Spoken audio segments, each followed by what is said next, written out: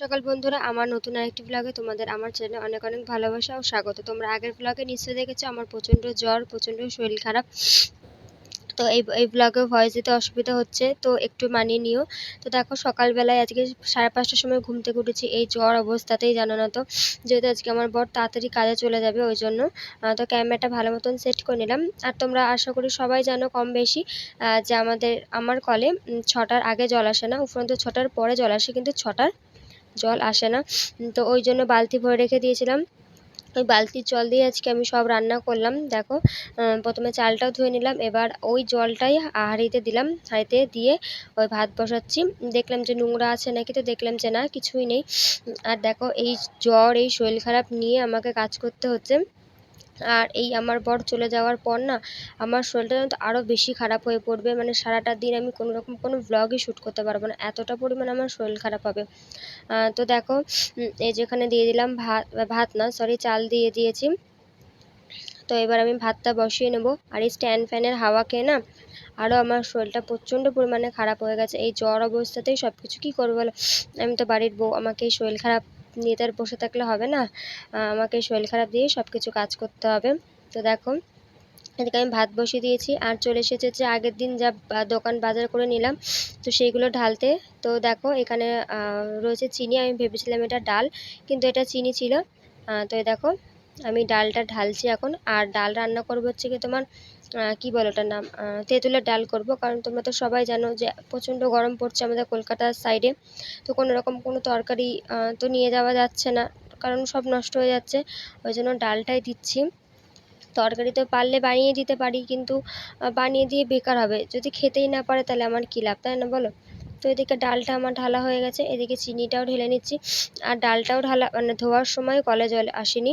তো এই দেখো, এখন 6টা 10-15 বাজে, ঠিক সেই টাইমটাতে জল এসেছে। আর আমি এখন আমার বরের টিফিন মানে সরি, হ্যাঁ, টিফিন বক্সটা মেজে নিচ্ছে। কারণ আগের দিন তো রুটি করেছিলাম, তো খুব একটা বেশি আমার হয়নি বাসন, এই টুকটাক হয়েছিল, তো সেইগুলো মেজে ধুয়ে নিলাম, মানে নিচ্ছি। আর থেকে থেকে আমার গলা চুলকাচ্ছে, তো তোমরা সাউন্ড পাচ্ছ আশা করি ভয়েস ওভারে। তো প্লিজ একটু মানিয়ে নিও, কারণ আমার শরীরটা সত্যি খুব খারাপ। এই হচ্ছে আজকে রান্না ভাত, এখানে আমার বড় টিফিনের ভাত বেড়ে নিয়েছি। আর এই দেখো, টক ডাল, তেঁতুলের ডাল, আর এই হচ্ছে তোমার ভেন্ডি ঝাল। এটা হচ্ছে ভেন্ডির ঝাল। আর এখানে হচ্ছে আলু ভাতে। টক ডালটা দিই তার কারণ কী বলতো, এত গরম তো, তাহলে টক ডালটা না নষ্ট হয় না, বাদ বাকি সব তরকারি নষ্ট হয়ে যায়, ওরা না কেউ খেতেই পারে না। তো আজকে কি রান্না করলাম, কীভাবে রান্না করলাম, মানে রান্নার ভিডিও তোমাদের সাথে শেয়ার করি। তার কারণ হচ্ছে আমি আর পাচ্ছি না, মাথা ফাতা খুব যন্ত্রণা করছে, গা হাত পা কিন্তু যেন যন্ত্রণায় ফিরে যাচ্ছে, সব কপাল টপাল ভীষণ প্রচণ্ড পরিমাণে যন্ত্রণা করছে।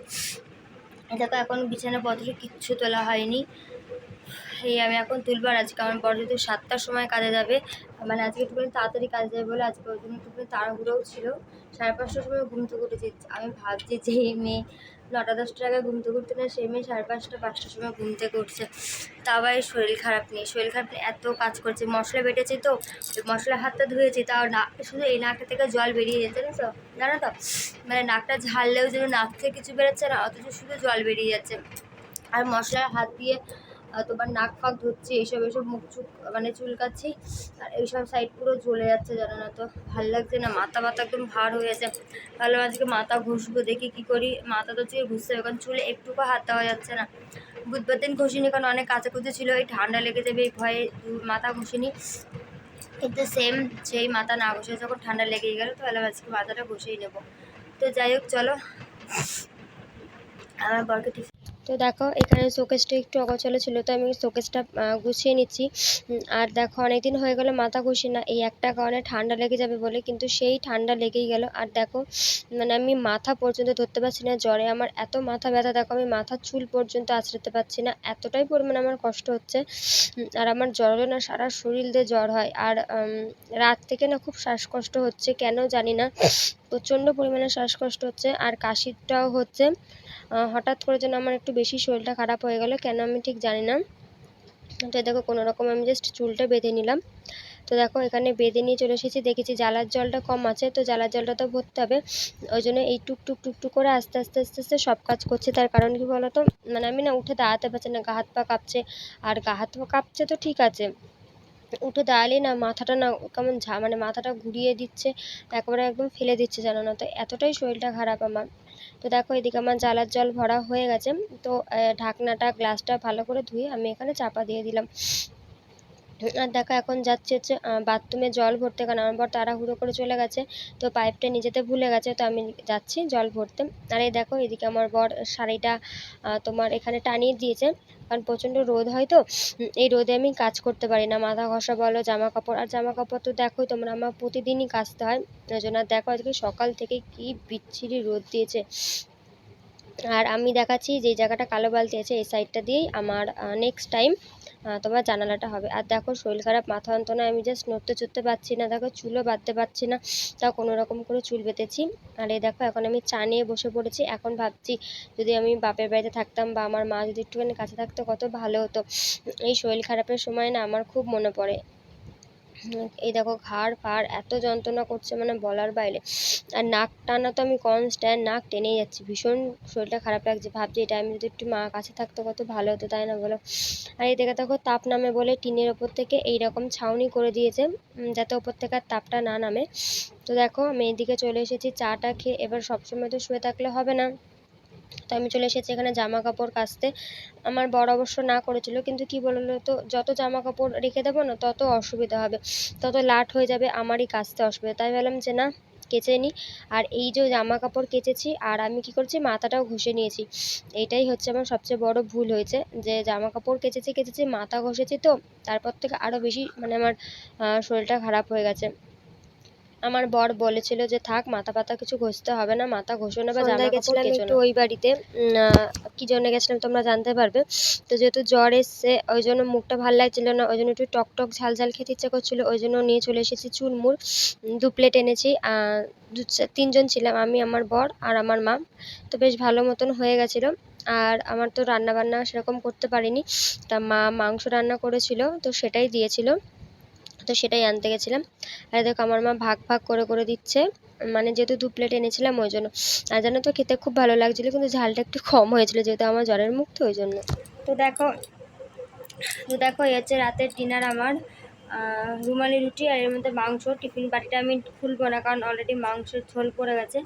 আর ওই হচ্ছে ভাতটা ডিঙালে, ওই হচ্ছে আমি দুপুরবেলা ভাত খাই নি, সেই জল ঢালা ভাতটা ও খাচ্ছে।